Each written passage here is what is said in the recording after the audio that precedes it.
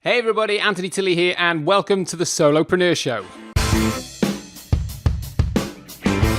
Welcome to the Solopreneur Show with your host, Anthony Tilley. To get your hands on more great business training and advice, plus the chance to join our free Facebook group where you will see extended guest interviews, the opportunity of free one-to-one coaching, and behind-the-scenes access to Anthony, go to www.thesolopreneurshow.com and join us today. And here's your host, the man himself, Mr. Anthony Tilley. Okay, hey everybody, Anthony Tilley here and welcome to the Solopreneur Show. It really is great to have you with me here today. So this is episode 2 and really enjoying the feedback I've been getting from you guys, all the downloads and all the interaction, etc. that's happening. Really enjoying that. So it's absolutely amazing. Thank you so much, and thank you so much for all the compliments from the first show. And we've got something today that is going to just blow your socks off. So what we got first of all, interview is with a absolutely top-notch UK marketer, a lady by the name of Nicola Cairncross. Really excited to be able to share that with you. It's what we call in the industry a pre-record.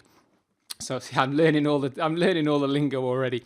So we've got that. We've also as well got 3 questions that have come in for our Ask Anthony section. So that's pretty cool. I wasn't sure whether that was going to work so early on, but it has. So that's really great. Now, before we get started, obviously, just to reiterate what we're doing here on the launch for the first 7 days, there is going to be a podcast available in iTunes every single day with an interview with, top marketer, solopreneur, somebody who's going to be able to share the story with you, and also who is going to be able to inspire you and give you some really great actionable content as well. So make sure you're coming every day back to iTunes and downloading. And of course, also as well, we have the Facebook group where you're going to be able to see the unedited version of these interviews. We're also as well live streams, etc. And I'll be doing some training just around the corner there on my whiteboard, and just giving you some great hints, tips, and strategies to be able to start your business. Or to grow it if you already have one. So what we're going to do, first of all, guys, is we are going to go now. We are going to have a great interview with an awesome lady by the name of Miss Nicola Cairncross.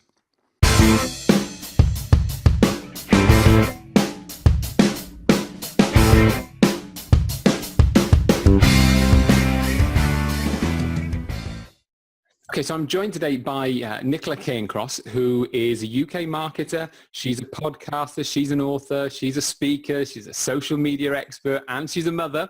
And now she can officially say she's a Greek goddess, because we'll talk about that. We'll talk about your little move shortly. But welcome, Nicola. It's great to have you on the show. Hi, Anthony. Glad to be here. Thank you so much for joining us today. Now, as I said, so many different things that you've done online and off as well. I'd love to obviously to talk about those on today's call.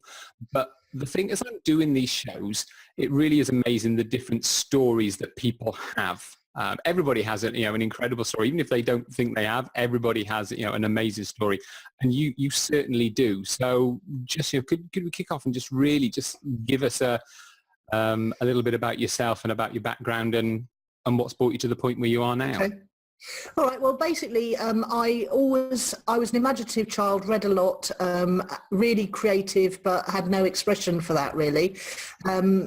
Was on set to go to art college, but my parents said they couldn't afford for me to carry on in further education, so I went and got a job as a salesperson. I was absolutely terrible at it, and I went through life really lurching from job to failed business idea, because I was always coming up with ideas to make money, obviously entrepreneurial without realising it. But we didn't have any entrepreneurs in our family. We were working class people, and it was the thing. You got a job, that's what you did. And my grandmother, looking back, was always very creative, so obviously there was she was flower arranging and crocheting and cooking and gardening and winning competitions for her flower arrangements and all that stuff. So I can see there was a creative streak in the family. And in fact, my sister, Heather, is now an international classical singer, and she also sings jazz. So there is a real creative streak in the family there.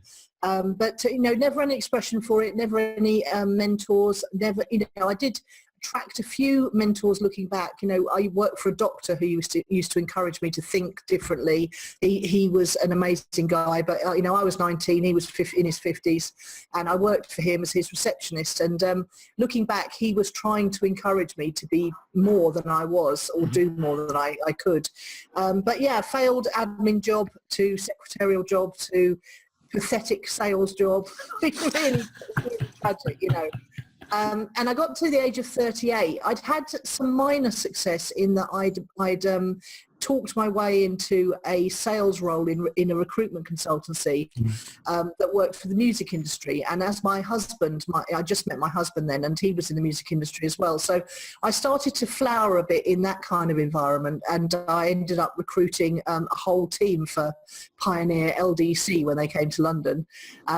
And, so I made a bit of money then based on effort. And that was the first time I'd ever done that, commission-based earnings. Yeah. And that was a real eye-opener for me. And, I always worked really hard at things. I just got bored really quick. 38, 2 small children, husband in the music industry. He kept being made redundant because he was a bit older.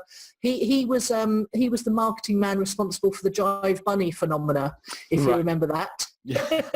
Thanks for that. But yeah, really incredibly successful though, and a very exciting time. As 5 number ones in quick succession, climbing to the top of the chart, despite the best efforts of the rest of the music industry to stop it happening. I can tell you. But yeah, 38, 2 small children. He kept being made redundant because he was a bit older and obviously a bit more expensive than the young whippersnappers coming up behind him, and just got to this point of absolute desperation, really. And I suddenly realised that there was nobody coming to save me.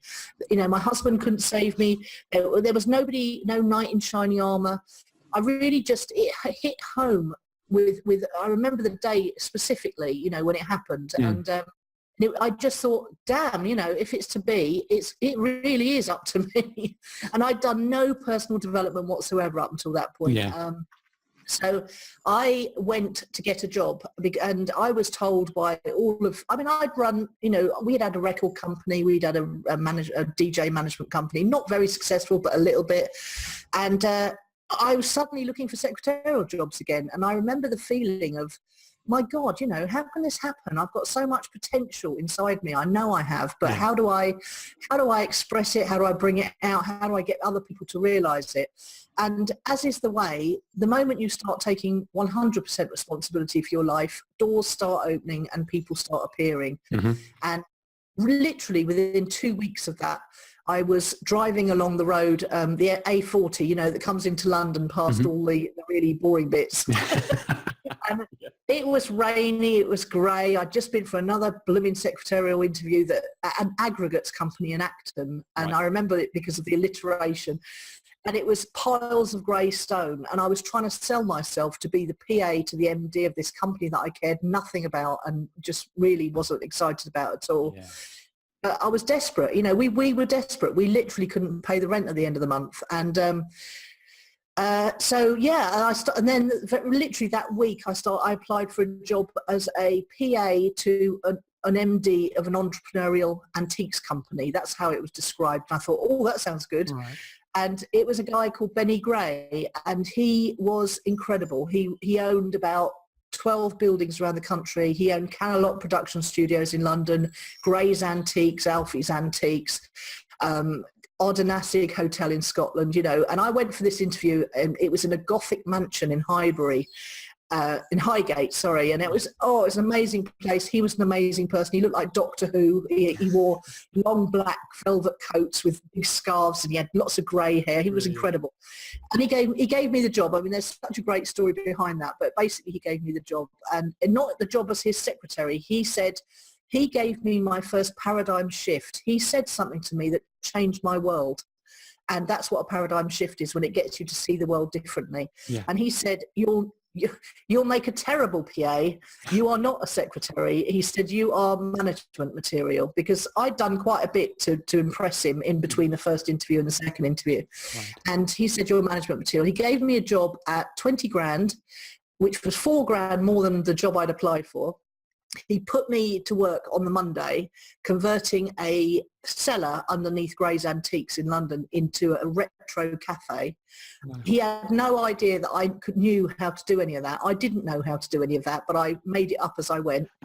And I had 2 amazing years with him. And that was the time I started to look for books on how to be better than I was, because I didn't want to let him down. You know, he gave me such an incredible chance, such an incredible boost. So I read 7 Habits of Highly Effective People. I read Swimming with Piranhas Makes You Hungry by Colin Turner. And funnily enough, I wrote a review of that book it must have been about 90, my son was born in 97, so it must have been 97, 98. Right. I wrote a review of Swim with Piranhas Makes You Hungry by Colin Turner on Amazon. And I never did that, you know, it just wasn't something I did. But little did I know that 10 years later, someone would find that review, send it to him, and he got in touch with me.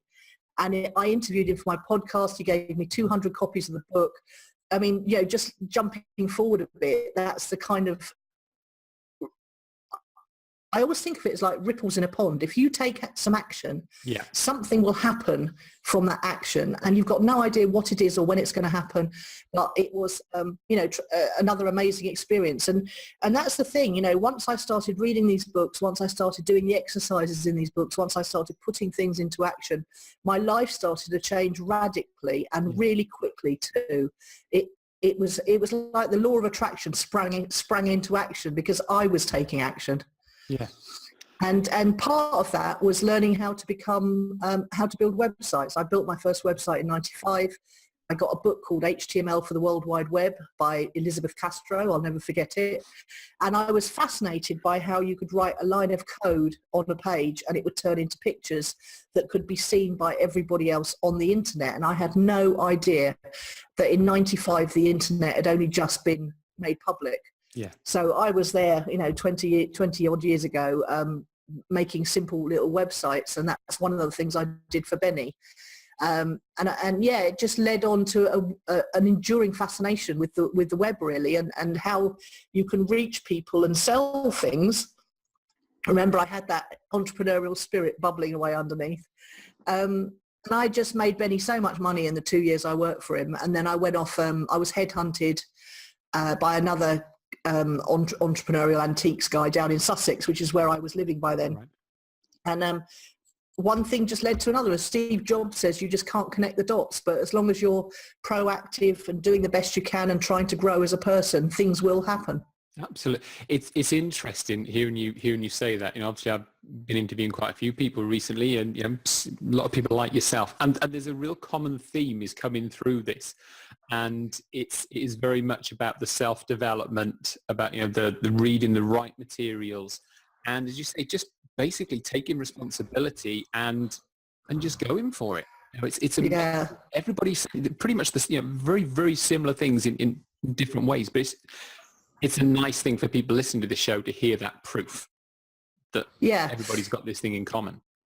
Yeah, and the thing is, as an older person now, I'm surrounded by teens and young people, as I am, because my 2 kids are 19 and 21. I know all their friends. When you meet a new young person, you can see if they've got that spark in their eyes. You can see if they've woken up yet. You can see if they're taking charge of their lives, or even that they've got the potential to do so, because they all come out of school brainwashed, and it takes some never make it, you know, some just stay brainwashed. But then sometimes you see that a kid comes along. I mean, there was one called Owen who's a friend of my daughter's, and from the minute I was 13 or 14, you could see he was going to be an entrepreneur. He just had that spark inside him. Yeah. No, it's funny. There's a few boys in my well, they're in the school of that both my boys went to, and the same thing has happened with boys in Jake's year, who is the elder one who's now left, and Dan, the younger one. And there are certain boys, that walk around with their bags full of sweets. They'll go to the cheap shop and buy them. And there's one lad, he's 14 years old. He's making about £60 a week. Wow. Chocolates and sweets and crisps and drink in school. Yeah, good for him. Fair play. They keep on shutting him down, but he keeps on coming back. Of course they do. I don't know why they do. It's like, there actually are business classes at school now. So you'd think that they'd be encouraging that kind of thing, but they just don't. And it's such a cliche, the old lemonade stand, selling sweets, buying wholesale, selling retail. But it's like every generation of entrepreneurs has to discover their routes to market for themselves. It's hilarious. Yeah, no, absolutely. And there was one lad in Jacob's year who did the same thing, did all the sweets, and then when he got old enough, he and I certainly shouldn't say this now, the way we are with people smoking, but he started selling cigarettes instead. Ooh. But then he sort of woke up and he thought, you know what? No, that's a dying industry. He said, I'll do the vapes instead. So we started selling vapes. Okay, I'm gonna have to tell you about my two now. They were pulled up for selling condoms up the park, and I said to them, "Oh my God, well, okay, where do you?" I mean, I didn't know where to start on the questions really, and they were selling them for £1 a pop to the older kids, and I said, well, that's all very well, but where are you getting them? I was thinking they were buying them wholesale in Boots or something. They said, no, we go to that shop on the high street where they give them away free. So I had to be quite impressed. It was like an infinity return on investment. But dear. I mean, crikey, even just the lack of embarrassment, I think you've got to sort of give them credit for that. It's always something I've always sort of like, oh yeah. I know, especially as they were about 12 and 10 at the time. What were the shop doing? What was the info shop doing, giving them to them? But there you go. But I was going to say, where there's a will, there's a way. But yeah. We could perhaps slightly twist that, but better not. It's a family show. So going back further, I had a hotel at one point because it seemed like a good idea to buy a 12-bedroom hotel, no money down, just as I was reading about property investment. Yes, you do. And I remember they had a little shop going outside the hotel once, selling off all the lost property to the people who walked down the street. It was just, they were just irrepressible, really. That's brilliant. And seeing that is actually, it's really, really gratifying, isn't it? To see sort of the kids having that sort of that mindset to think, how can I, make the most of this? Because all that stuff would have done probably is, has gone into recycling or gone into waste or wherever. So, It wouldn't have been so bad, but they managed to sell my sister's cashmere scarf that she'd left over when she came over for a dinner party, so she wasn't best pleased. Hey, finders keepers, losers weepers. Exactly. Oh my God. So where did you go from there then? Because obviously I know you just said about the hotel. I know you had that sort of the property thing going on. Yeah, I mean that wasn't too long after I started, because obviously once I started on the path of personal discovery, it wasn't long before I read about coaching in the careers section of the London newspaper, the London Evening Standard, and I thought, I need a coach. I had this sense that although I was reading books and things, that I needed to accelerate my progress. I was 38, for heaven's sake. I didn't have, I thought I was old, and so I went looking for a coach, and the first 2 years of coaching, I couldn't afford it at all, but it did make a huge difference. Just having a third person to talk to who wasn't involved in the family or my career as such, I could just be 100% honest with, and who didn't know me as a person, although she came to know me, obviously, but she called me out on the things I was saying that were limiting beliefs and negative beliefs and stuff like that. So that really worked well. And then towards the end, she of me working with her, she actually referred me on to someone else because she felt I needed to work with a coach who was more sales orientated, because by then I'd become a coach myself. Mm-hmm. And I knew I didn't want to be a life coach. Right. But I did love coaching. I loved helping people. There were structures that you followed that I saw people getting results with. And I started to write an e-zine in about 1988, 89, which went out because I was learning with Coach University, which was a very forward-thinking American organization who used things like mailing lists and teleseminars back in that day. You know, we're not even talking about 2000. You know, the internet boom the first boom hadn't happened yet. But they were using very high technology tools. And so I was building a coaching practice around, because I was sending out a weekly newsletter to keep myself accountable and talk about what I'd learned that week and how that was affecting my life. I didn't realize that was so forward thinking. And then I used to archive that text newsletter onto my website. So it was a 5-page website, very simple, geared towards telling people how I could help them and getting them to sign up to the newsletter. That's the whole purpose of the site. But it had like hundreds of pages behind it because it had all these text-based e-zines that I was writing weekly, and the search engines absolutely loved it, of course. Constantly updated relevant content before blogging had even been invented. So I was getting thousands of visitors a month. My newsletter was growing fast. People were passing my newsletter on. And it turned into what was called the Money Gym eventually. And the Money Gym became a sort of 6-figure business, 3 partners, 5 coaches, all based from home. And I became very well known for that in the UK. And that went like a train until the property market crashed in 2009. Because what I didn't realize was a lot of our Money Gym clients were coming not for the, we called it the 4 lanes of the wealth highway: internet, business, stock market and property. And we thought people were coming for all 4 specialties. But it turned out most of them were coming for property in investment tuition. And of course, when people couldn't get mortgages anymore in 2009 and their property values were crashing, it all went very badly wrong. And where we would normally have taken in 20 clients that Christmas for the next year, we didn't take it. We didn't take any in, and it was just a real shock to the system. Because I went from being the most successful I'd ever been to being literally homeless, carless. I had to send the kids to live with their dad.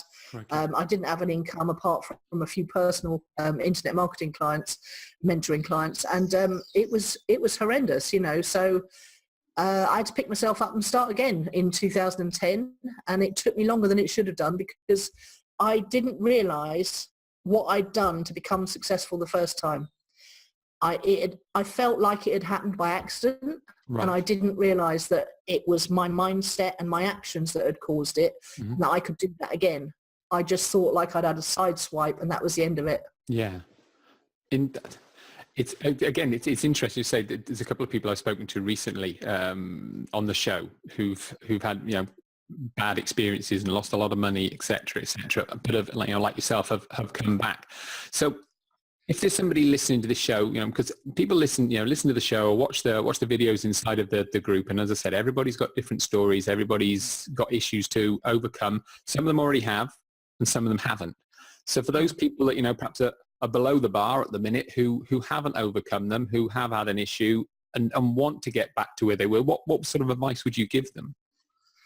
Well, the advice I'd give them is what worked for me, and I know what works for other people as well. Because I hang out with some really top level people now, and everybody says the same. They've all been through it, and nobody has been successful with no ups and downs.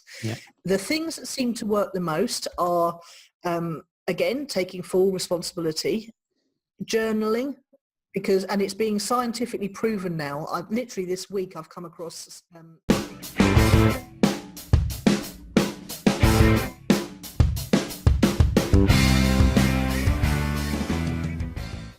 Okay, so here on the podcast, we're going to bring the curtain down on that interview, basically because I like to keep these podcasts between 30 and 40 minutes long. And Nicola and I spoke for a good 45 minutes on top of what you've heard there today. Now, you've already heard, obviously, that Nicola has an amazing story, but the value that she shares in the rest of the interview is absolutely phenomenal. And she goes on to talk about product creation, about mindset, and also as well, she gives 3 sites that just, when I went and visited them, just blew me away. And the amazing thing is actually, one of the sites that she reveals in the interview I went along to, and it's to look at your archetype to find out what kind of person you are. And the idea is to find out what part of online business or entrepreneurialism, solopreneurialism helps you and what you're best suited for. And what I found was I'm what's called a nurturer sage, which apparently is quite an unusual combination. And, I'll talk more about that in future shows. But actually, the ironic thing is that me doing this podcast is absolutely perfect for me as a nurturer sage. For me to be able to give away all this free content and just basically help people is what I am meant to be doing as my own personal archetype. So, to be honest, I'd done this. I've sort of set the podcast up and had this thought before I even knew what type of archetype I was. So very, very cool to go and find that out and find that this is absolutely spot on for me. So absolutely great stuff. So, as I say, the interview, we pulled the curtain down on the podcast, but what you need to do is go to the solopreneurshow.com/Nicola Cairncross, and you'll be able to join our Facebook group, and shortly you'll be able to see the full interview there in the group, and just a whole load of other great value going on within that group. All right, so as I say, if you're just listening to this on the podcast, whether you've got it from iTunes, Google Play, etc., wherever it is that you're listening to just the recording or watching the edited video, you need to get yourself to the solopreneurshow.com/Nicola Cairncross and get yourself inside our Facebook group. Okay, so it is time now that we move on to the next very exciting section of the show. And now it's time for my favourite part of the show. It's Ask Anthony. Okay, so it's time for Ask Anthony. And we have 3 questions here today. And the first question has come in from Richard. And Richard is asking, what autoresponder do I recommend? Well, first and foremost, for those of you that are listening to this and perhaps don't know, what an autoresponder is, basically an autoresponder is a site that will store your customers or your free list, your buyers, clients, whatever you want. That will store their details, their email, their name, phone number, address, whatever it is that you actually ask for in an actual opt-in form. And in case this still sort of doesn't make sense, basically any site that you've gone to where you've been asked, you see a little box asking for your name and a little box asking for your email, and then you submit or get access or let me in or I want it now, whatever it says on the button that you click. That information is being stored by an autoresponder. And there's many different autoresponder companies out there. There's either those that will do it all for you. They'll manage the whole shooting match, because it's a pretty complicated process in terms of making sure that you get into people's inboxes, etc. You don't hit the spam, you don't hit the promotions folder, and making sure that you're can spam compliant. Not easy to say this time of day, but there's lots of different things that you have to take into account with that. There is also then the self-hosted method as well, which takes more work. It's a lot more sort of housekeeping, etc. And I wouldn't really probably recommend that for somebody starting out. But actually, I've got a few friends who are involved in sort of self-hosting, etc. So perhaps in a future show we can get them on and ask them about that self-hosting option. But for now, what I would suggest, Richard, is there's lots of companies around. There's lots of great companies. There's people like SendLane is quite a new one, and that's great for internet marketing. Jimmy Kim's company. There's GetResponse, who I've used, but I don't find them as good as they used to be. But there's still a lot of marketers who use them and swear by them. I personally now use and always have used, to be honest, right from the start, and nothing's ever wavered. I've never left them. I've always stayed with them, and that's a company by the name of Aweber, which, depending on who you are, what level you're at listening to this podcast or watching the videos, you're probably having a different reaction to me saying the words Aweber, because lots of people, different people have had different experiences from them. But, I personally, with the emails that I send and the way that my emails are structured, they hit the inbox every time. They don't go to spam. I've never had my account shut down. So, touch wood. So whatever it is that I'm doing in terms of my email marketing is obviously something that Aweber likes. So I've never had an issue with them. I know people who have, but obviously I don't know what they're sending, what their content is, etc. So obviously I can't really sort of comment on that, to be perfectly frank. But I've always found Aweber to be great. I've always found their customer service to be great whenever I've had a query, normally a technical kind of thing. I didn't know how to do something, or there's a new facility that they brought on. I wasn't really 100% certain how it worked. Ask them the question, and they help me. They get it sorted. So from personal, and I can only talk personally, I would recommend Aweber. But as I say, if you're inside of the group, if you're listening to this on the full video and you're looking at inside of the group, you'll probably get lots of people coming up with lots of different comments about Aweber. Good, bad, indifferent, maybe. But as I say, for personal experience, it's Aweber for me. Okay, so Sarah's asking the question, who's the best hosting company? Wow, that's a pretty subjective question.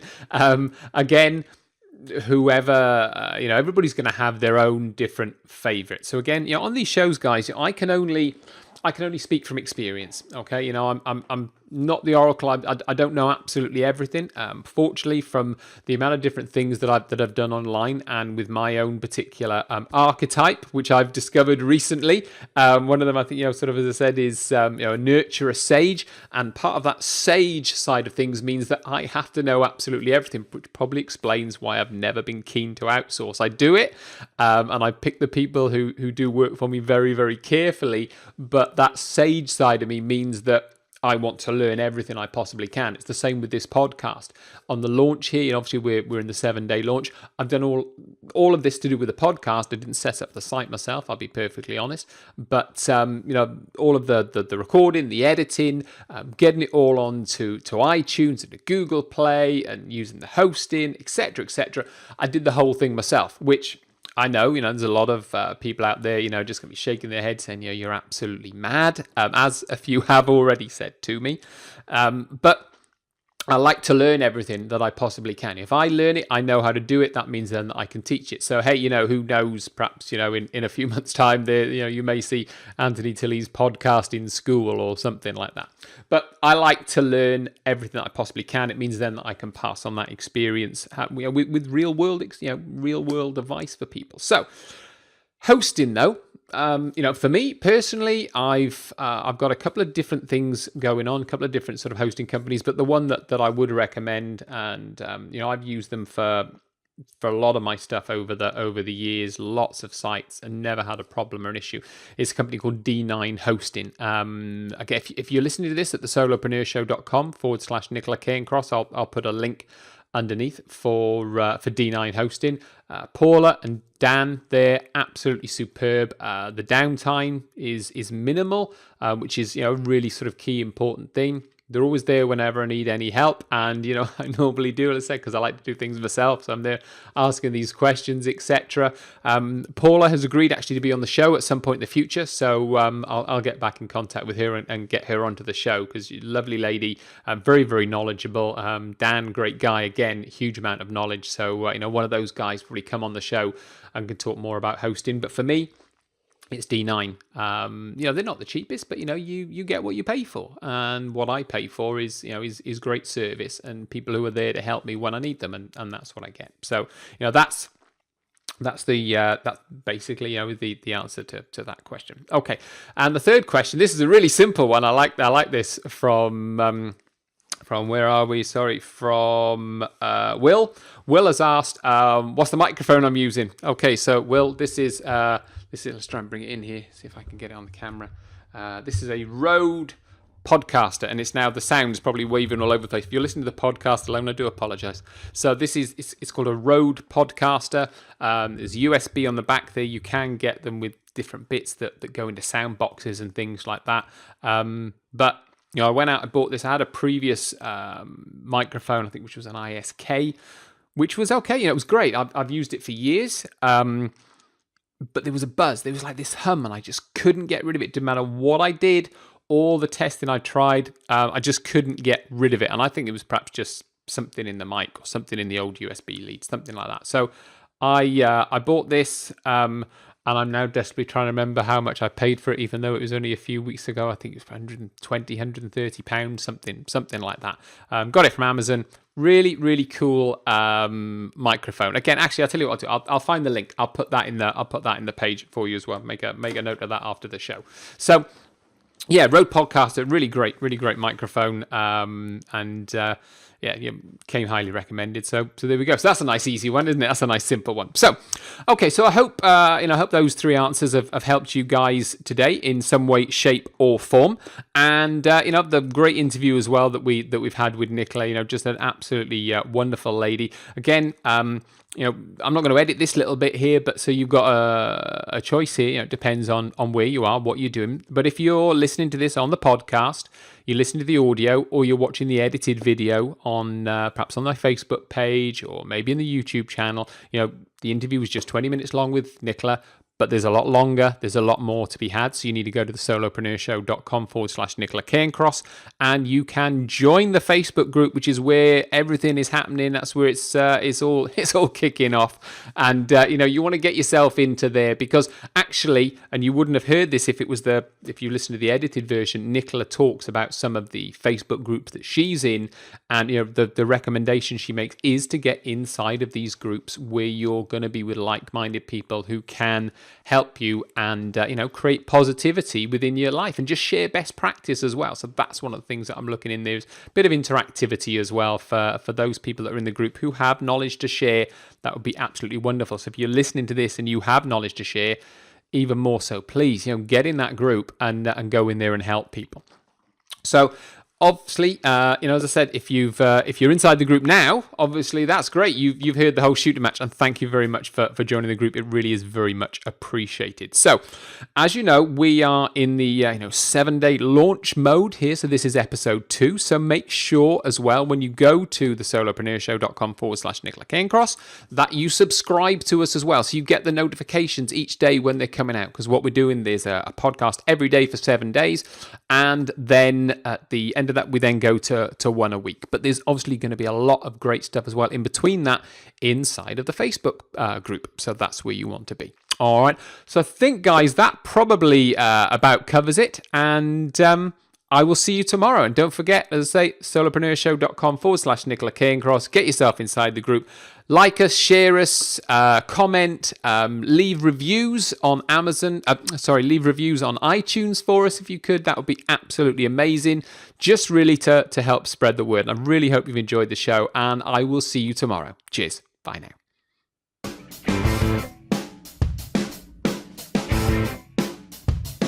To get your hands on more great business training and advice, plus the chance to join our free Facebook group where you will see extended guest interviews, the opportunity of free one-to-one coaching, and behind-the-scenes access to Anthony, go to www.thesolopreneurshow.com and join us today.